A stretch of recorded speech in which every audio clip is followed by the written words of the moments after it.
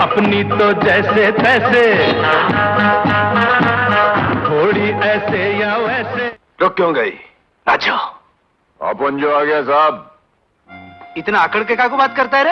अरे अकड़ता नहीं है रे, ये अपन का स्टाइल है। अरे मेरे अंगने में तुम्हारा क्या काम है, मेरे अंगने में। 1981 में कमाई के लिहाज से नंबर 1 फिल्म थी क्रांति, नंबर 2 पर थी एक और मल्टी स्टारर फिल्म नसीब, वहीं तीसरे पर थी मेरी आवाज सुनो व चौथे पर रही थी प्रकाश मेहरा के डायरेक्शन में बनी लावारिस, जिसमें अमिताभ बच्चन के साथ थी जीनत अमान, राखी, बिंदु, रंजीत, सुरेश ओबराय, जीवन ओम प्रकाश, सत्यन कपूर, अमजद खान के अलावा कई और छोटे बड़े कलाकार अलग अलग किरदारों में नजर आए थे। इसलिए एक्शन ड्रामा से भरपूर ये multi starrer film box office पर सुपरहिट रही थी।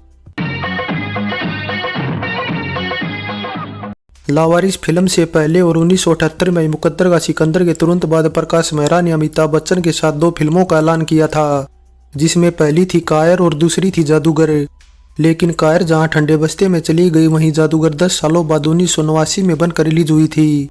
इसके अलावा यहाँ एक और बेहद इंपॉर्टेंट जानकारी ये भी दे देगी, लावारिस की कहानी प्रकाश मेहरा ने खुद लिखी थी और इसमें काफी कुछ मसाला उन्होंने अपनी जिंदगी का भी डाला था। अरे ये अपन का नरमी का स्टाइल है, कहीं गर्मी वाला स्टाइल दिखा दिया ना तो तुम हिलने को लगेगा, समझा? अब बात ऐसी थी कि प्रकाश मेहरा अक्सर अपने पिता के किस्से लोगों को सुनाया करते थे और बताते थे उन्हें अपने पिता से कभी प्यार नहीं मिला। सो इस तरह फिर उन पर इस बात का इतना गहरा असर रहा कि इन किस्सों को अक्सर वे अपनी फिल्मों में घुमा फिरा कर कई बार दोहराते थे। और फिर लावारिस के बाद आई शराबी की कहानी भी ठीक इसी तरह की थी।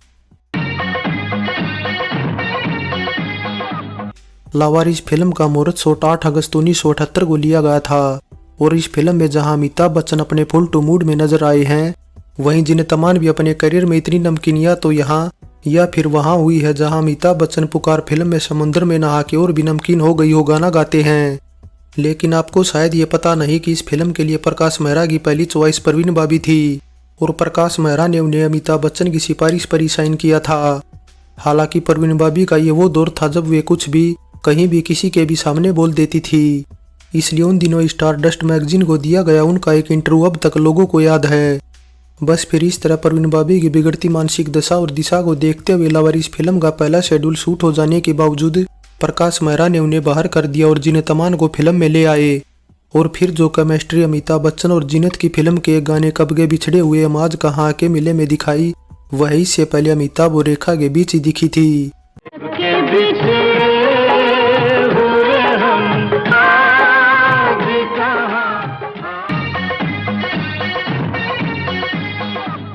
लावारिस फिल्म में अमिताभ बच्चन की मां बनी राखी के किस्से भी अजीब हैं, क्योंकि दरअसल जब फिल्म का एक सीन अमजद खान और राखी के बीच फिल्माया जाना था, उसे लेकर डायरेक्टर प्रकाश मेहरा सब लाइटिंग वाइटिंग करके लोकेशन पर रेडी टू टेक बैठे थे। लेकिन राखी थी जिनका कोई अता पता नहीं था कि वे कहाँ हैं। सो इसलिए फिर प्रोडक्शन मैनेजर ने फौरन उनके घर पर फोन किया, लेकिन अब बार बार फोन किए जाने के बावजूद जो फोन उठा रहा था वो उनसे बात नहीं कर रहा था। अब एक बात यह भी थी कि अमजद उन दिनों काफी बिजी रहते थे और प्रकाश मेहरा को बड़ी मुश्किल से उनकी डेट मिली थी। इसलिए फिर प्रकाश मेहरा ने मैनेजर से कहा कि लास्ट बार फोन मिलाओ और मेरी बात कराओ, और अगर इस बार भी बात ना हो तो फिर आज का पैकअप और फिर कल यही सीन किसी दूसरी हीरोइन के साथ करेंगे। हालांकि अब प्रकाश मेहरा ऐसा बोल तो गए, लेकिन अंदर ही अंदर उन्हें यह भी था अगर राखी नहीं आई तो फिर अमिताभ बच्चन की माँ का रोल कौन करेगी, क्योंकि खुद राखी तमाम मिन्नतों के बाद इस रोल के लिए तैयार हुई थी, और वह भी इसलिए कि अमिताभ बच्चन का वे 1976 में आई फिल्म कभी कभी दिलाने का एहसान मानती थी। खैर जब दोबारा फोन मिलाया गया तो इत्तेफाक से खुद राखी ने फोन उठा लिया और हेलो बोलते ही वे प्रकाश मेहरा की आवाज़ पहचान गई। इसलिए राखी ने तब बताया कि सुबह से ही उनकी बेटी बीमार है और अब जाकर थोड़ा नॉर्मल हुई है, इसलिए वे सेट पर जल्दी ही पहुंच रही हैं। बस ऐसे में फिर प्रकाश मेहरा ने लंबी सांस ली और बात आगे बढ़ी। वैसे अब मीडिया रिपोर्ट्स की माने तो पद्मिनी कपिला राखी वाला रोल करने को तैयार थी। उन्होंने प्रकाश मेहरा से रिक्वेस्ट भी की थी, लेकिन प्रकाश मेहरा किसी बड़ी हीरोइन को ही अमिताभ बच्चन की मां के रोल में देखना चाहते थे। 70 के दशक के मिड में चढ़ते अमिताभ बच्चन और ढलते राजेश खन्ना के बीच विवाद और दुश्मनी के किस्से तो आपने सुने ही होंगे, जिन पर अक्सर ये सवाल भी उठता रहा है कि क्या सच में अमिताभ और काका के बीच इतनी दुश्मनी थी या फिर ये सब सिर्फ मीडिया ने फैलाया था। लेकिन अब इस सवाल पर पुराने लोग यही कहते रहे हैं कि जहां आग होती है धुआं वहीं उठता है। इसलिए शायद यही वजह है कि अमिताभ बच्चन की आंधी में धूमिल पड़ते राजेश खन्ना के स्टारडम के बीच हर किसी ने काका की छटपटाहट देखी थी। और इसी से रिलेटेड एक किस्सा अमिताभ बच्चन की फिल्म लावारिस से भी जुड़ा है, जब राजेश खन्ना ने एक बेहद अटपटा कमेंट कर दिया था। अब बात कुछ यूं हुई कि अमिताभ बच्चन इस फिल्म के गाने मेरे अंगने में तुम्हारा क्या काम है में थिरकते नजर आए थे। इसलिए न केवल ये गाना सभी की जुबान पर चढ़ गया था, बल्कि हर कोई अमिताभ बच्चन के अंग्रेजी अंगमन वाले अवतार के साथ उनकी कॉमिक टाइमिंग की भी खूब तारीफ कर रहा था। अब इस पर सीनियर जर्नलिस्ट और राइटर यासिर उस्मान ने राजेश खन्ना की बायोग्राफी में इस किस्से का जिक्र करते हुए लिखा है कि इस गाने पर तंज कसते हुए राजेश खन्ना ने 1982 में एक फिल्मी मैगजीन को दिए अपने एक इंटरव्यू में कहा कि वे कभी अपनी इज्जत के साथ समझौता नहीं करते और ना ही कभी साड़ी पहन सकते हैं, चाहे इसके लिए फिर उन्हें दुनिया भर की दौलत और शोहरत ही क्यों न मिले। हालांकि इसके बाद अमिताभ बच्चन की तरफ से फिर इस पर रिएक्शन क्या था ये तो कभी सामने नहीं आया, लेकिन लावारिस फिल्म की कामयाबी ने राजेश खन्ना को खूब जवाब दिया। और सिर्फ लावारिस ही नहीं बल्कि इसी साल आई कालिया, याराना और नसीब जैसी सभी फिल्में बॉक्स ऑफिस पर बड़ी हिट रही थी। और ये सभी फिल्में ऐसी थी जो कमाई के मामले में टॉप 10 में भी थी, जबकि वहीं दूसरी ओर राजेश खन्ना की 20 साल कई फिल्में रिलीज हुई थी, लेकिन उनकी एक भी फिल्म अमिताभ बच्चन की फिल्मों की बराबरी नहीं कर पाई और ना ही एक भी फिल्म टॉप 10 में रही थी। अपने आगे ना पीछे, ना कोई ऊपर नीचे। मई महीने की चिलचिलाती गर्मी और बिना एसी वाले सिनेमा घर, अमिताभ बच्चन की फिल्म और ऊपर से बत्ती चली जाए तो कूलर भी बंद। अब यह किस्सा कोई एक दो बार का नहीं है, बल्कि अमिताभ बच्चन की फिल्मों के लिए मई महीना शुरू से ही मुफीद माना गया है। जंजीर, अमर अकबर एंथोनी, डॉन, नसीब और शराबी से लेकर सूर्यवंशम तक अमिताभ बच्चन ने मई की तपती दोपहरी में ही सिनेमाघरों के बाहर टिकट लेने वालों की लंबी लाइनें लगवाई थी। और फिर ऐसा ही कुछ लावारिस फिल्म के साथ भी हुआ, क्योंकि ये फिल्म भी 22 मई को रिलीज हुई थी, इसलिए फिल्म न चले इस पर संदेह की गुंजाइश तो थी ही नहीं। लेकिन इसके बाद अमिताभ बच्चन को जिस तरह की आलोचना झेलनी पड़ी ये बयां कर पाना मुश्किल है, क्योंकि साल दर साल लोगों ने उनका सिर्फ मजाक ही उड़ाया था। यहाँ तक कि इलेक्शन के टाइम इलाहाबाद की गलियों में पोस्टर लगाकर विरोधी पार्टी के नेता भी उनका खूब मजाक उड़ाते थे और उन्हें नचनिया कहकर बुलाते थे।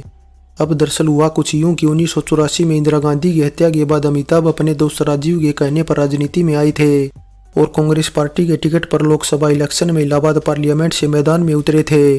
इसलिए फिर खूब आलोचनाओं के बावजूद अमिताभ यूपी के पूर्व सीएम हेमवती नंदन बहुगुणा को हराने में सफल रहे थे। इसके अलावा सौम्या बंदोपाध्याय अपनी एक बुक अमिताभ बच्चन में लिखते हैं कि प्रीव्यू थिएटर में बैठकर इस फिल्म को पहली बार देखते टाइम जया बच्चन गुस्से से बाहर निकल गई थी, क्योंकि उन्हें फिल्म का एक गाना मेरे अंगने में तुम्हारा क्या काम है काफी अश्लील लगा था। यहाँ तक कि अमिताभ को लेडीज के गेटअप में देखकर तो जया और भी खफा हो गई थी और कहने लगी थी ऐसे कपड़े पहनना उन्हें शोभा नहीं देता। लेकिन फिर इसी अश्लीलता और गाने के बोल बाद में देश विदेश में इतने पॉपुलर हुए कि अमिताभ बच्चन के वर्ल्ड टूर के दौरान यूएसए में हुए एक लाइव कॉन्सर्ट में पब्लिक इसी गाने की डिमांड करने लगी थी। बस फिर जैसे ये गाना बजा और लाइन आई जिसकी बीबी छोटी उसका भी बड़ा नाम है, तो अमिताभ ने इस लाइन के साथ ही वहां बैठी जया को अपनी गोद में उठा लिया था। सुरेश ओबराय अपने संघर्ष के दिनों में जब भी किसी निर्माता से बात करते थे तो फिर बाद में उससे वे फोन पर बात किया करते थे। और ऐसा ही तब भी हुआ था जब सुरेश एक फिल्म के सेट पर प्रकाश मेहरा से मिले, लेकिन प्रकाश मेहरा ने इसके बाद उन्हें दरकिनार कर दिया। इसलिए फिर वे जब दूसरी बार प्रकाश मेहरा से मिले तो सुरेश ने उन्हें याद दिलाया कि उन्होंने फोन पर बात की थी। बस इस वजह से प्रकाश ने फिर उनसे प्यार से पेश आना शुरू कर दिया। हालांकि मीडिया रिपोर्ट्स की माने तो प्रकाश मेहरा सुरेश ओबराय की आवाज़ से काफ़ी ज़्यादा इम्प्रेस थे और इसी के चलते प्रकाश ने उन्हें लावारिस फिल्म में साइन किया।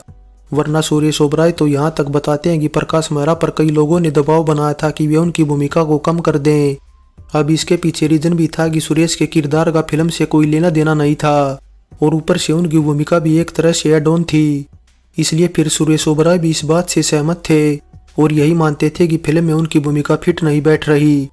लेकिन प्रकाश मेहरा ने किसी की नहीं सुनी और सुरेश ओबराय के रोल को एडिटिंग के दौरान काफ़ी कम कट किया। इसके अलावा एक बात यह भी सच है कि सुरेश ओबराय ने लावारिस फिल्म में कोई छोटा सा रोल ही मांगा था, लेकिन प्रकाश मेहरा ने उन्हें छोटा रोल देने की बजाय बड़ा रोल दिया।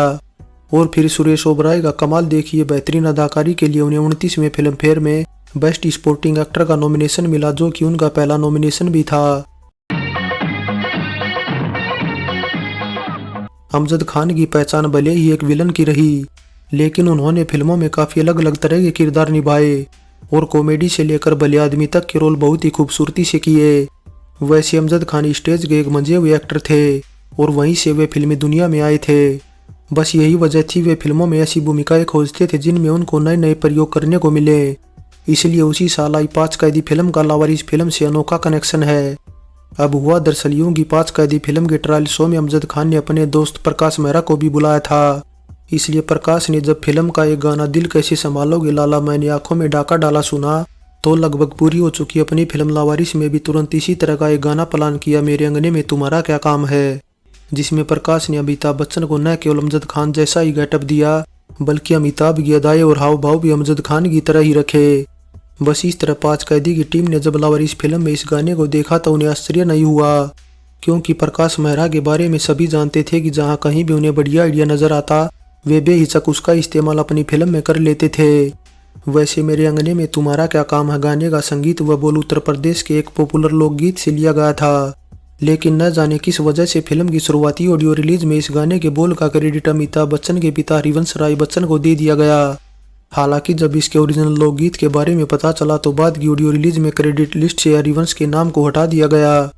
वैसे जानकारी के लिए बता देगी इस लोकगीत की कुछ लाइनों को इससे पहले 1970 में आई बॉम्बे टाकीज और 1975 में आई फिल्म मजे ले लो में भी इस्तेमाल किया गया था। मेरे अंगना में किसी का क्या काम है। मीडिया रिपोर्ट्स की माने तो लावारिस फिल्म की शूटिंग जब श्रीनगर की आउटडोर लोकेशन पर चल रही थी तब अचानक ही प्रकाश मेहरा की तबीयत खराब हो गई थी।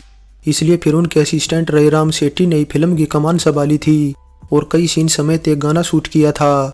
बस फिर इस वजह से राम सेठी की काबिलियत देखकर प्रकाश मेहरा ने 1983 में घुंघरू फिल्म का डायरेक्शन उन्हीं से कराया था। अब बॉक्स ऑफिस पर लावारिस फिल्म को मिली सफलता को देखकर तेलुगु में इसका अगले ही साल 1982 में एनटीआर के साथ ना देशम टाइटल से रीमेक बनाया गया।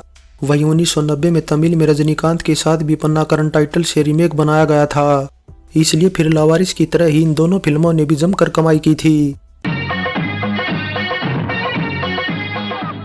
लावारिस फिल्म में संगीत दिया है कल्याणजी आनंद जी ने, वहीं गीत लिखने का काम किया अनजान और खुद प्रकाश मेहरा ने, जिनके लिखे सभी वर्जन को मिलाकर 8 गाने रखे गए थे ऑडियो एल्बम में। काहे पैसे पे इतना गुरूर करे है यही पैसा तो। अब लावारिस फिल्म का गीत संगीत सुपर हिट था और मेरे अंगने में तुम्हारा क्या काम है के अलावा अपनी तो जैसे तैसे, कब के बिछड़े और काहे पैसे पे इतना गुरूर करे है फिल्म के सबसे ज्यादा सुने जाने वाले व पसंदीदा गाने हैं। और अपनी तो जैसे तैसे ऐसा गाना भी है जिसे शंकर एहसान लोई ने 2010 में आई हाउसफुल फिल्म में दोबारा से रिक्रिएट किया था। हालांकि इस बार गाने को मिका सिंह और सुनिधि चौहान ने गाया था। अपनी तो जैसे तैसे थोड़ी ऐसे या वैसे। 1981 में सबसे ज्यादा कमाई करने वाली फिल्म बेशक क्रांति थी, लेकिन ये कोई अवार्ड नहीं जीत पाई और यहाँ तक कि नॉमिनेशन भी इसे केवल एक ही नसीब हुआ था। लेकिन वही दूसरी तरफ लावारिस ऐसी फिल्म थी जिसे 3 नॉमिनेशन मिले थे, लेकिन अवार्ड ये भी एक नहीं जीत पाई। अब जो 3 नॉमिनेशन मिले थे वे बेस्ट एक्टर के लिए अमिताभ बच्चन को, बेस्ट स्पोर्टिंग एक्टर के लिए सुरेश ओबराय को और बेस्ट फीमेल प्लेबैक सिंगर के लिए मेरे अंगने में तुम्हारा क्या काम है गाने के लिए अलका याग्निक को मिला था, जो कि अलका का पहला हिट गाना होने के साथ पहला नॉमिनेशन भी था। मेरे अंगने में तुम्हारा क्या काम है, मेरे अंगने में। लावारिस टाइटल से इससे पहले 1974 में जसबीर मूवीज बैनर ने एक फिल्म बनाने की घोषणा की थी, लेकिन फिर कुछ वजहों से फिल्म ठंडे बस्ते में चली गई। तो वही लावारिस टाइटल से जैकी श्रॉफ अक्षय खन्ना की भी एक फिल्म 1999 में रिलीज हुई थी, लेकिन ये फिल्म बॉक्स ऑफिस पर कुछ खास कमाल नहीं दिखा पाई और बॉक्स ऑफिस पर बुरी तरह पिट गई थी। बरखुरदार क्या बात कही है, वाह वाह। इसी बात पर मुझे एक शेर याद आ गया। तोड़ डाल, तू भी तोड़ डाल इन रिश्तों को और लावारिस बन के जी जैसे मैं जी रहा हूँ। ओ जीने सारा जमाना समझे लावारिस। फाइनली बॉलीवुड में कई ऐसी फिल्में बनी है जिसमें डायरेक्टर ने अपनी पर्सनल लाइफ को इतने शानदार तरीके से पर्दे पर दिखाया है कि दर्शक उन फिल्मों को देखकर रोने को मजबूर हो गए। वैसे अब लावारिस फिल्म की कहानी के साथ साथ इसके गाने और अमिताभ बच्चन की अदाकारी भी काफी शानदार थी, जिस वजह से फिल्म सिनेमाघरों में कोई 50 हफ्तों तक चली थी और गोल्डन जुबली मनाई थी। इसके अलावा कुछ ये भी बताया जाता कि 1981 तक भारत क्रॉस जेंडर को लेकर इतना जेंटलमैन नहीं था, इसलिए तमाम फैमिली वाले कुछ तो मेरे अंगने में तुम्हारा का काम है गाने की वजह से भी थिएटर में फिल्म देखने नहीं गए, वरना फिल्म और भी ज्यादा कमाई करती। वैसे अमिताभ ने सरप्राइज एलिमेंट के तौर पर ही ये गाना गाया था। 16 वारिस फिल्म पर हमारी ये पेशकश कैसी लगी नीचे कमेंट कर बताएं। अच्छी लगी है तो लाइक करें और चैनल को सब्सक्राइब करें। सो चलते हैं, फिर मिलेंगे एक और नई वीडियो के साथ। जिसका कोई नहीं उसका तो खुदा